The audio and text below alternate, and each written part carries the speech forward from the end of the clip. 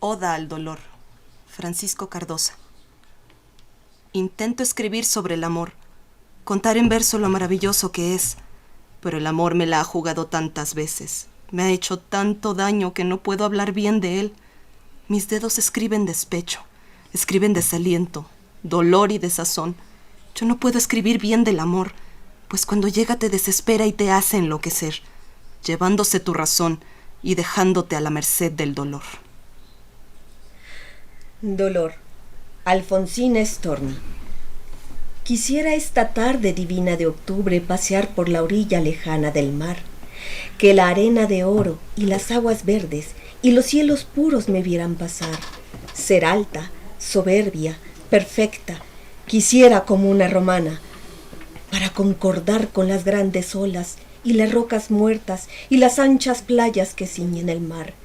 Con el paso lento y los ojos fríos y la boca muda, dejarme llevar, ver cómo se rompen las olas azules contra los granitos y no parpadear, ver cómo las aves rapaces se comen los peces pequeños y no despertar, pensar que pudieran las frágiles barcas hundirse en las aguas y no suspirar, ver que se adelanta, la garganta al aire, el hombre más bello, no desear amar, perder la mirada, distraídamente, perderla y que nunca la vuelva a encontrar, y, figura erguida, entre cielo y playa, sentirme el olvido perenne del mar.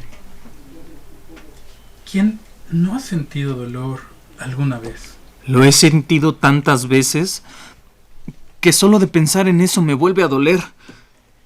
El dolor es difícil definirlo. Pero se siente. Pero, ¿qué es el dolor? ¿Lo pueden definir con palabras? Lo hace en forma de gritos, Como lamentos. en un llanto silencioso que vive mi cuerpo, a veces fuerte, en otras leve, pero aparece. En otras, se va y luego regresa. Pablo Neruda lo describe muy bien. Es verdad, es recurrente en sus poemas. Como en los poemas de amor, oda a la poesía, la canción desesperada. El dolor amoroso, en el poema la pérdida y el desamor. La noche está estrellada y ella no está conmigo. El dolor existencial, en la canción desesperada, sobre el vacío y la angustia existencial, sentina de escombros y pozo abierto y amargo. El dolor colectivo, el dolor del pueblo, la opresión y la injusticia, invitando a la solidaridad y la lucha. Sube a nacer conmigo, hermano, zona de tu dolor diseminado. No volverás del fondo de las rocas. Yo vengo a hablar por vuestra boca muerta. Puedo escribir los versos más tristes en esta noche. Escribir, por ejemplo, la noche está estrellada y tiritan azules los astros a lo lejos. El viento de la noche gira en el cielo y canta. Puedo escribir los versos más tristes esta noche. Yo la quise, y a veces ella también me quiso. En las noches como esta tuve entre mis brazos, la besé tantas veces bajo el cielo infinito. Ella me quiso, a veces yo también la quería. Como no haber amado sus grandes ojos fijos. Puedo escribir los versos más tristes esta noche, pensar que no la tengo, sentir que la he perdido. Oír la noche inmensa, más inmensa sin ella. Y el verso cae al alma como al pasto el rocío. ¿Qué importa que mi amor no pudiera guardarla? La noche está estrellada y ella no está conmigo. Eso es todo. A lo lejos alguien canta. A lo lejos mi alma no se contenta con haberla perdido. Como para acercarla a mi mirada, la busca. Mi corazón la busca. Y ella no está conmigo. La misma noche que hace blanquear los mismos árboles. Nosotros, los de entonces, ya no somos los mismos. Ya no la quiero, es cierto, pero cuánto la quise. Mi voz buscaba el viento para tocar su oído. De otro, será de otro, como antes de mis besos. Su voz, su cuerpo claro, sus ojos infinitos. Ya no la quiero. Es cierto, pero tal vez la quiero. Es tan corto el amor y es tan largo el olvido, porque en noches como esta la tuve entre mis brazos. Mi alma no se contenta con haberla perdido. Aunque este sea el último dolor que ella me causa, y estos sean los últimos versos que yo le escribo.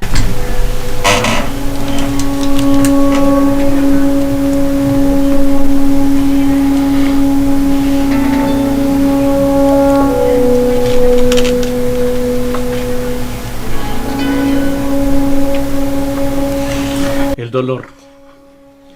Gracias por estar reunidos, queridos amigos, compañeros de mesa, en esta mesa para que platiquemos del dolor. Muchas gracias desde el programa de Confesiones y Confusiones, directamente desde la Dirección General de Atención a la Salud, cuyo director general es el doctor Gustavo Adolfo Olaiz Fernández. A la cabeza del equipo de trabajo, el licenciado Cuauhtémoc Solís Torres. Están también como el equipo de trabajo Félix. Félix, ¿cómo te va? Muy bien, un gusto volver a estar acá compartiendo con ustedes. Gracias, Félix. Qué gusto en verdad que parte del equipo estemos aquí presentes en los controles técnicos. Crescencio Suárez Blancas, muchas gracias por esa presencia, ese apoyo invaluable. También en el control remoto, para que la señal salga más allá de las ondas hertzianas y se vea en video, está el licenciado Alfredo Pineda Sánchez. Un equipo de trabajo que agradezco mucho la presencia de los actores, actrices aquí presentes. Comenzamos con tu nombre completo, por favor. Claro que sí. Muy buenas tardes, muchas gracias. Aquí estoy bien contenta. Mi nombre es Alejandrina Carballido. Muy bien, gracias. Es un placer, como siempre, estar aquí de nuevo, el equipo reunido. Mi nombre es Sofía Carballido. Gracias, Sofía. Hola, estoy encantadísimo de estar aquí de nuevo. Soy Dan Cruz. Gracias, Dan. Bueno, nuevamente, un gusto, soy Félix Real. Gracias, Félix, nuevamente. Hola, nuevamente, muchas gracias. Hola a todas y todos, yo soy Lilian Vergara. Gracias, Lilian. Bienvenidos todos.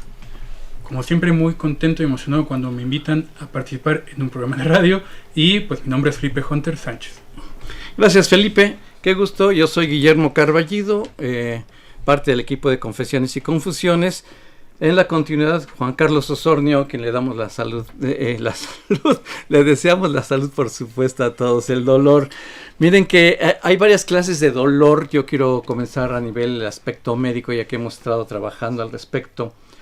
El dolor tiene dos situaciones que atender. Es un dolor tisular en los tejidos que incide y ese estímulo doloroso viaja, se recibe en ese sitio y viaja hasta la médula, de la médula sube por la columna hasta el tálamo, el cerebro, y hace un relevo en diferentes lugares, en eso que se llama matriz del dolor, donde están varios sitios importantes del cerebro donde se registra el dolor. Está el lóbulo de la ínsula, está el sistema límbico, la emoción participa muchísimo.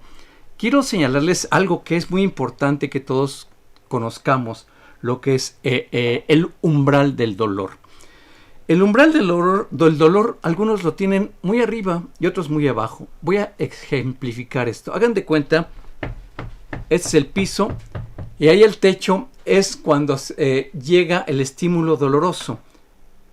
El umbral, este techo, puede estar más abajo o más arriba. Si está más arriba, el umbral está más alto, entonces la persona tarda en percibir el dolor. Si el umbral es más bajo, que el techo esté más abajo, el dolor es más inmediato, lo capta inmediatamente. ¿Como en qué estados emocionales? Pues cuando hay miedo, hay depresión, el umbral está abajo, el techo está abajo, entonces se percibe más el dolor. En una fase de ataque, de rabia, el umbral tiende a subir. Pero también hay una situación muy, muy favorecedora, que ese umbral está alto en cuestiones, en momentos de placidez. Esa aponía, que le llaman. Aponía es ausencia de dolor. Y todos vivimos un estado de felicidad cuando no hay dolor. Lo contrario es cuando nos duele algo. Eso es algo muy importante. El dolor lo podemos modular, es impresionante. Claro, médicamente, le das medicina y... No. También podemos mentalmente contribuir a que ese umbral disminuya o baje. No desaparecer el dolor, por supuesto, pero sí que sea menos intenso o más intenso, podamos modularlo a través de esas. Por ejemplo, uno cuando se golpea, le duele, ¡ay! Me pegué, me está doliendo, y uno se soba y como que se quita. No es psicológico. Lo que pasa es que hay un área somática en el cerebro que tiene unos axones más gruesos que viajan más y mitiga ese dolor. Por eso es que se vale cuando se soban la gente y se le quita el dolor. No es psicológico, es real. Los axones son más gruesos y viajan más fuerte cuando son esas áreas de somatoestésicas, las que llegan al cerebro, y entonces ya le ganan a ese estímulo nociceptivo. Vaya, estoy hablando en chino, pero más o menos estoy explicando lo que es la función del dolor. Pero sí lo importante, como Epicuro, allá ese gran pensador griego, señalaba ataraxia, buscar la tranquilidad del dolor, que no haya dolor, buscar esas formas de bloquear el dolor. No es sencillo, pero el dolor es algo que vivimos todos, lamentablemente unos antes, otros después, pero el dolor es psicógeno también. Y aquí está con nosotros el doctor Felipe Hunter, que afortunadamente está con nosotros y nos está contribuyendo con su presencia, porque este mundo del dolor es dramático. Y yo te preguntaría, Felipe, cuando interrogas a tus pacientes, ¿a qué te dedicas para empezar? Bueno, yo soy psicoanalista, soy psicoterapeuta, tengo ya 13 años trabajando con esto, una maestría en psicoterapia psicoanalítica y estoy estudiando un doctorado en psicoanálisis y arte, y pues creo que este tema es muy puntual y muy particular, y con todo el gusto de poderlo abordar con ustedes, con los actores aquí presentes, con los músicos aquí presentes, con usted, doctor. Y creo que tenía una pregunta.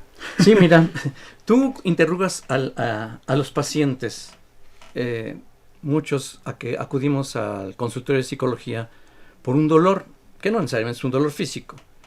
El dolor físico puede ser neuropático, que es en el nervio, o tisular en los tejidos, pero hay el dolor psicógeno. Es un cuerpo doliente, le duele, se expresa, puede expresarse a través de irritación en la piel, gastritis y otras cuestiones, pero ustedes trabajan a través de la palabra, tengo entendido. Totalmente. Es la herramienta de trabajo, donde necesariamente el cuerpo está en silencio aparentemente. ¿Es verdad o es mentira que el cuerpo está silente? Claro. Y ustedes lo rescatan. ¿Nos podrías explicar esto, Felipe? Voy a tratar, porque es un tema muy complejo, ¿no? Sí. Y es un tema que, por supuesto, nos concierne a todos, porque todos, como lo vimos ya en la introducción tan creativa, tan artística que nos presentó, bueno, que todos contribuimos a ello, todos hemos sentido dolor, y muchas veces podríamos ni siquiera percatarnos que estamos sintiéndolo, ¿no? Hay algo que Freud nos dice en Duelo y Melancolía, ¿no? Acerca del dolor. El dolor es imperativo. Si una persona siente dolor, pues eso va a ser una demanda constante que nos va a hacer que estemos constantemente sintiendo, pensando alrededor de ese sentimiento. Sin embargo, ese dolor podría no ser reconocido, podría ser inconsciente, podría no estar presente. Y ahí hay un concepto que Freud rescata de la filosofía. Sigmund Freud. Que se llama la representación cosa. La representación cosa. Así es, que es, yo pensaría, algo que estaría quizá en lo inconsciente, quizá no podríamos darle una forma a esas emociones, a esos sentimientos, aquello que simplemente nos acongoja, nos podría apretar el pecho, está dentro de nosotros y no sabemos ni siquiera cómo hablar de ello, porque quizá ni lo podemos reconocer. Y nosotros, cuando estamos con un paciente, más allá de interrogarlo, que seguramente en algún momento también va a pasar que interrogamos, pero le damos un espacio, le damos un tiempo, le damos un momento para que la persona pueda hablar y que pueda hablar libremente de todo aquello que pueda traer ahí, sin juzgarlo, ¿no? Sin dar pie a que él mismo se juzgue a sí mismo por lo que va sintiendo, que evidentemente esto va a ser algo que va a impedir que podamos darle forma a esas emociones.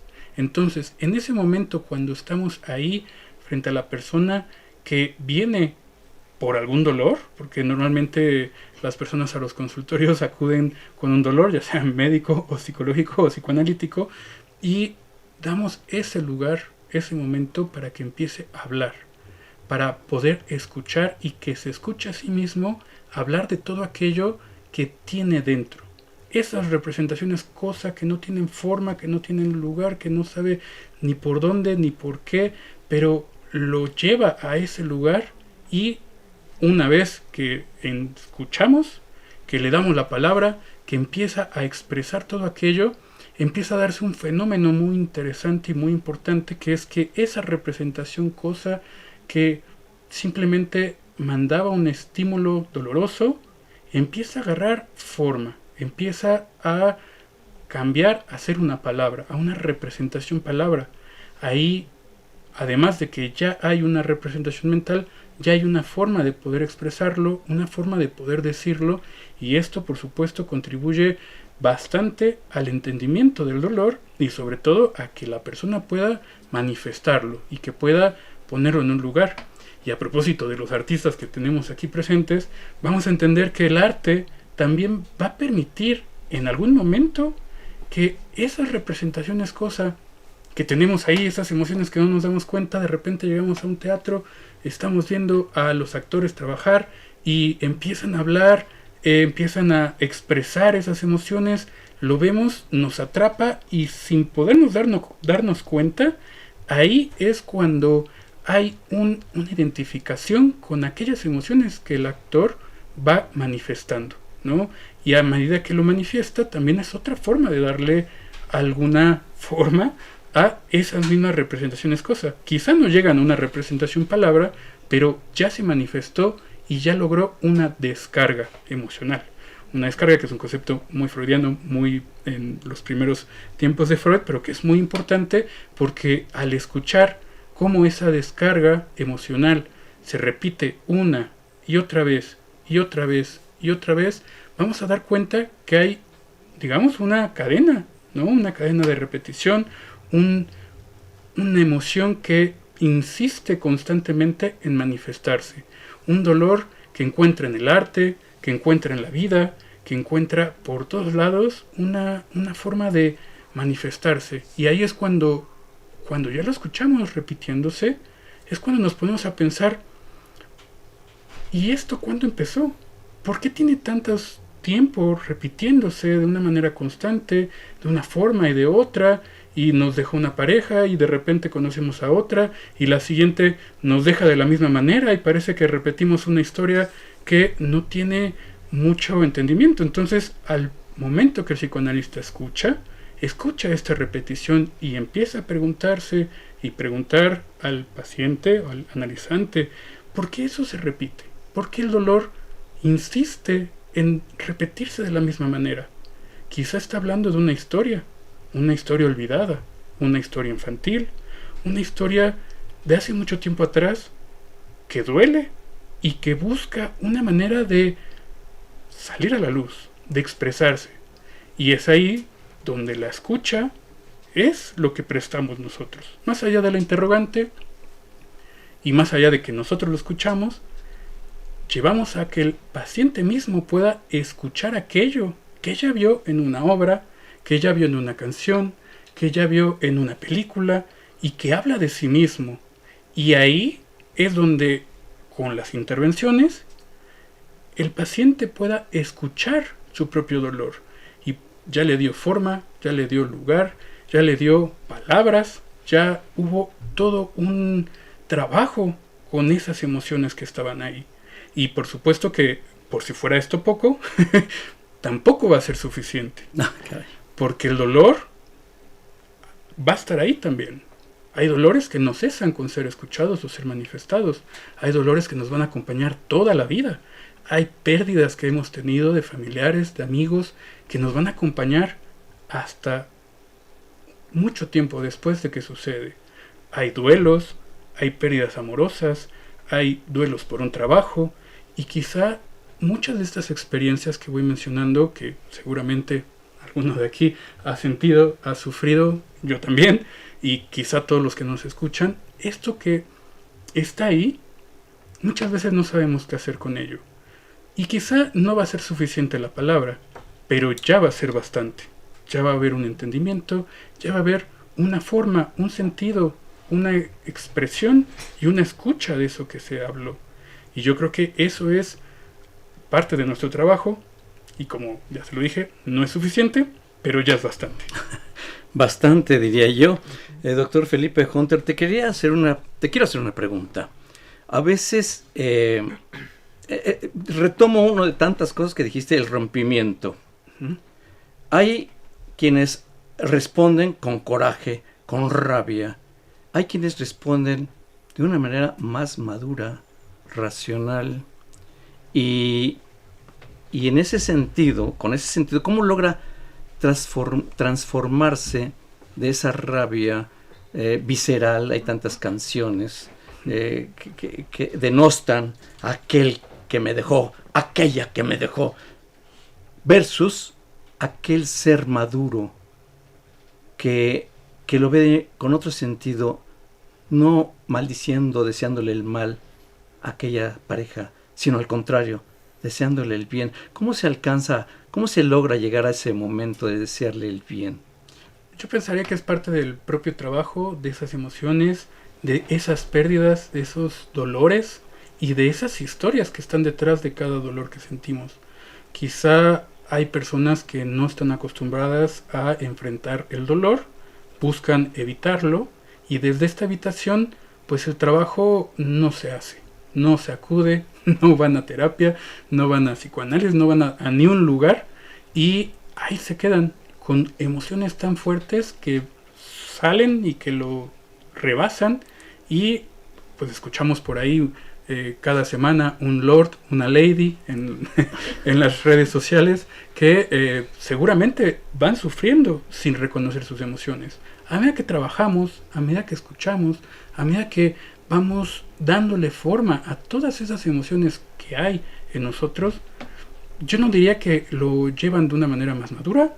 A ver, ¿cómo se transforma la persona que es una persona centrada y responde a esa pareja que se quedó en el tiempo de una manera asertiva?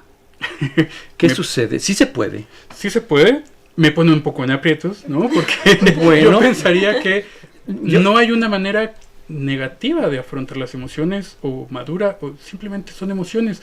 Pero sí entiendo el punto a donde nos dirige, donde hay quien lo lleva con más calma, con mayor paciencia, y ahí lo único que podría decir es con trabajo, ¿no? Con trabajo en su propia persona, con sus propios recursos, y con una fortaleza, una fortaleza yoica en su persona. Yo creo que Lilian nos puede dar un ejemplo de esto. Lilian es cantante y tenemos una oportunidad maravillosa de poder recibir experiencias de esta naturaleza. Así que al teclado, Félix.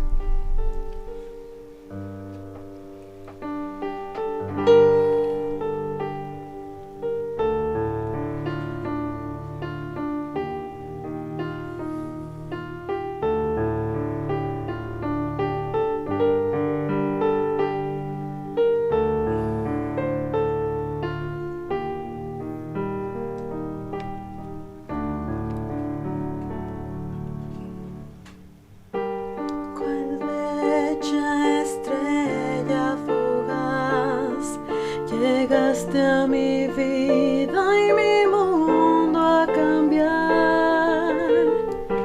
Supiste la tristeza arrancar y solo sonrisas lograste sembrar. Quizás esto sea mejor, guardar los momentos tan llenos de amor. Quizás no te logro olvidar, quizás tu partida me a llorar. Quizás, quizás te dejo en libertad. Prometo tu felicidad velar y de noche esa no va a cambiar. Quizás mañana te vuelva a encontrar.